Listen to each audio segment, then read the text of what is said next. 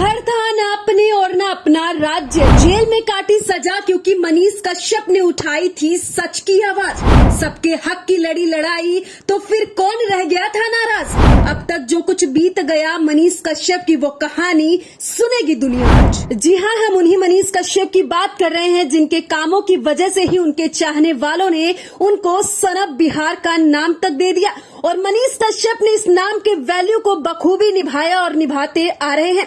मनीष कश्यप का सपना बन गया था कि बिहार को बदलना है और बिहार को बदलते बदलते इसी सपने को देखते देखते बिहार में हो रहे भ्रष्टाचार के खिलाफ आवाज उठाना मनीष कश्यप ने शुरू कर दिया था। इतना ही नहीं, मनीष कश्यप ने गरीबों की आवाज उठाई, उनकी मदद की, बेरोजगारी, शिक्षा, सबके लिए आवाज अगर कोई उठाना शुरू किया तो वो थे बिहार में मनीष कश्यप। और शायद मनीष कश्यप का यही काम लोगों को चुभने लगा था, क्योंकि बिहार के गरीब मजदूरों की बात करें तो गरीब मजदूरों की आवाज और उनके साथ हुए अत्याचार को तो सबने बताया, सबने खबरें लिखी, सबने दिखाई।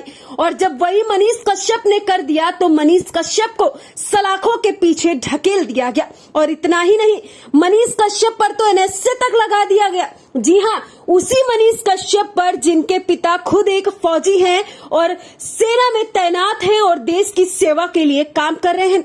और उसी फौजी पिता के बेटे मनीष कश्यप को देशद्रोही तक कहा जाने लगा था। लेकिन इसके बावजूद भी मनीष कश्यप के चाहने वाले कभी कम नहीं हुए।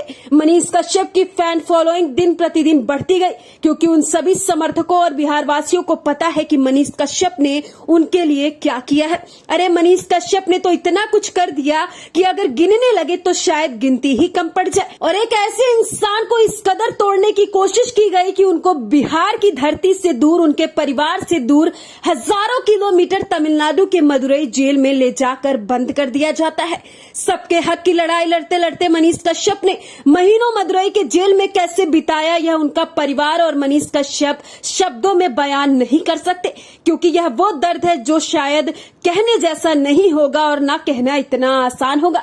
मनीष कश्यप के परिवार वालों की क्या हालत थी वह किसी से छुपी नहीं थी, क्योंकि सच तो सबको पता था कि मनीष कश्यप की कोई गलती नहीं थी। मनीष कश्यप ने सिर्फ सच का साथ दिया था। मनीष कश्यप ने मजदूरों की आवाज उठाई थी और इस आवाज को उठाने की इतनी बड़ी सजा मनीष कश्यप को मिल जाएगी यह तो मनीष कश्यप खुद भी नहीं सोचे थे। लेकिन मनीष कश्यप को जरा से भी इस बात की गिल्ट नहीं है कि मनीष कश्यप ने कुछ गलत किया है, क्योंकि मनीष कश्यप ने सिर्फ गरीब मजदूरों की बात की है, उन गरीब लोगों की बात की है जिनकी बात बड़े बड़े सत्ता में बैठे लोग नहीं करते हैं। और उन्हीं मजदूरों को, उन्हीं गरीब बिहार की जनता को मनीष कश्यप से आज भी उम्मीद है कि मनीष कश्यप उनके बीच आए और उनकी आवाज को उठाए। लेकिन मनीष कश्यप टूटने वालों में से तो नहीं थे। लगभग 130 दिन मदुरई जेल में रहने के बाद 7 अगस्त 2023 को मनीष कश्यप को जब तमिलनाडु से बिहार बेतिया के कोर्ट में पेशी के लिए लाया गया तो उनके चाहने वालों ने,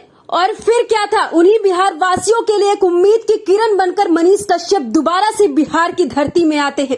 बता दें कि मनीष कश्यप टूटने वालों में से तो बिल्कुल भी नहीं थे।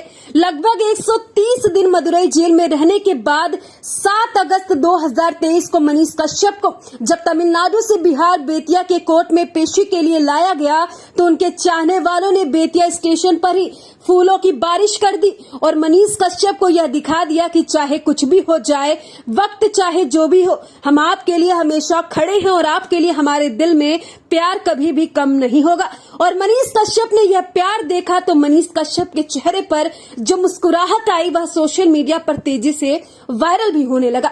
आपको बता दें कि बेतिया से मनीष कश्यप को जब पटना के सिविल कोर्ट में ले जाया गया दूसरी पेशी के लिए तो जगह जगह पर मनीष कश्यप के ऊपर एक बार फिर से फूलों की वर्षा होने लगे।